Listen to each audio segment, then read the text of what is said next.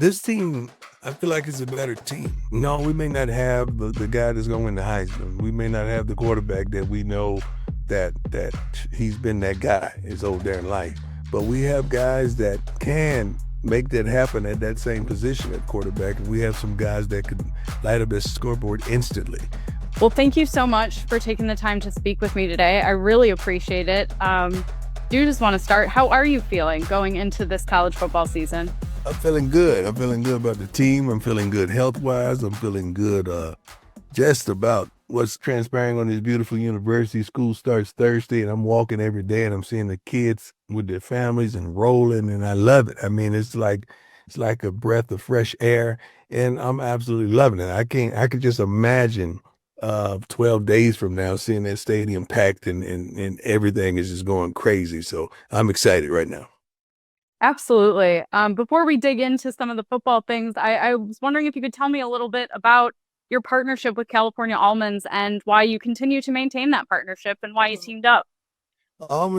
California Almonds, first and foremost, they have the full package. I'm excited and I'm elated to continue this relationship. It's been wonderful over the past few years, and they've been a blessing. I mean, instead of snacking on some bull junk, I'm able to snack on something that's healthy and keeps me wealthy and wise.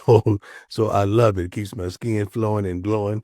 So it has so many things that is truly a blessing to me, man. And I'm just happy to be a partner.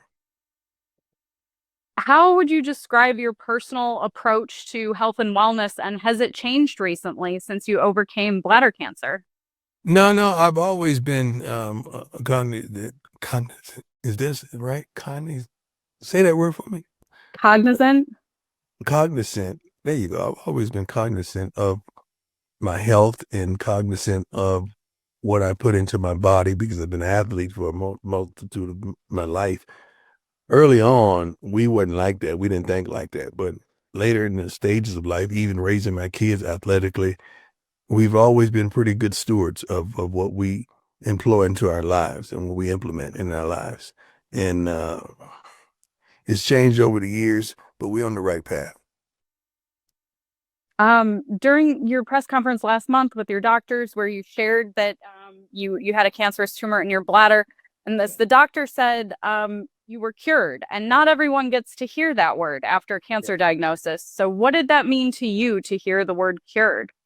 Awesome. I've never doubted anything that I was going to go somewhere else. I wasn't going to be here, not here for my kids or for my family. Never doubted one bit, um, because I trust God so much, and I love the Lord so much. And I think I was just used really to sound alarms that you got to have faith. You got to fight. You just can't lay down and give up in life, not only in that aspect, but just in other aspects of life.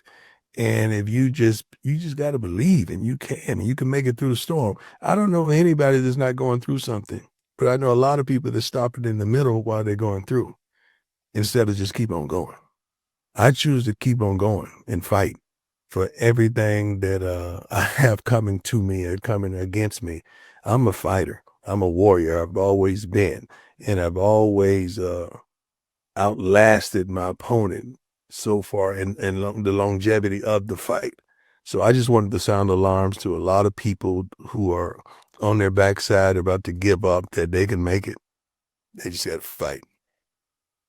So, you never had any doubt that you'd be back coaching Colorado this season? No one doubt. Never made any plans not to be here. I've always, through the process, I was a little weak early on, but as I grew strength and strength and strength, I start, contacting my coaches, start understanding what was going on this summer, the new recruits that we brought in, and let me slowly get back into football. It was a process, and I understand the process, but see, I'm in love with the journey, not just the results. I love the journey. About a week and a half out from the first game of the season, are you fully back into coaching? Are you Yeah. as strong in it as you've ever been? Yeah, and even more so because they have the totality of my attention. They have the totality of my focus. And these kids, they understand what my journey has been, and it has ignited them somewhat. Like feel like they don't want to let me down. I'm like, this ain't about me. This is about you, y'all. I want y'all to go to the next level. I want you guys to go pro. Like several of the guys we have fighting for jobs in the NFL right now from last year's team. We want to increase that. We want to enlarge that. We want to blow that up. So I'm happy with the young men we have, and I love every minute of it. You lost some key pieces from last year's roster. You kept a lot of key pieces from last year's roster. So how does this team, this particular Colorado team, compare with your previous ones? This team, I feel like it's a better team. No, we may not have the guy that's going to win the Heisman. We may not have the quarterback that we know that he's been that guy his whole darn life. But we have guys that can make that happen at that same position at quarterback, and we have some guys that can light up their scoreboard instantly. We have some defensive guys that can prevent what everyone assumes is going to happen. We may not have the lightning strikes that we had last year, but we still going to cause a storm because we have a better team, I feel. We may not have those two phenomenal players or some of the receivers that we had last year, but we have a better team wholeheartedly. I'll ask you to expand on this, but first, what 3 words would you use to describe this team? Focused, tough. Trying to think, they got something to prove. Challenging. Why challenging? Because they're going to challenge their opponent in ways that we couldn't, that we didn't have the depth, that we didn't have the focus in some areas or the expertise, especially on special teams as well. We got a guy that could kick it out of the darn end zone. We didn't have that.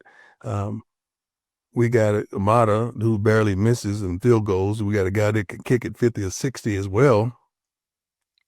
If we get out of his range, a punter that's phenomenal, long snappers and a bunch of athletes. We really enhanced the roster tremendously. And I'm happy about that, sincerely happy about that. I know it's early and you haven't played a game yet, but which players have emerged as leaders on your team and which players have emerged as dogs on your team?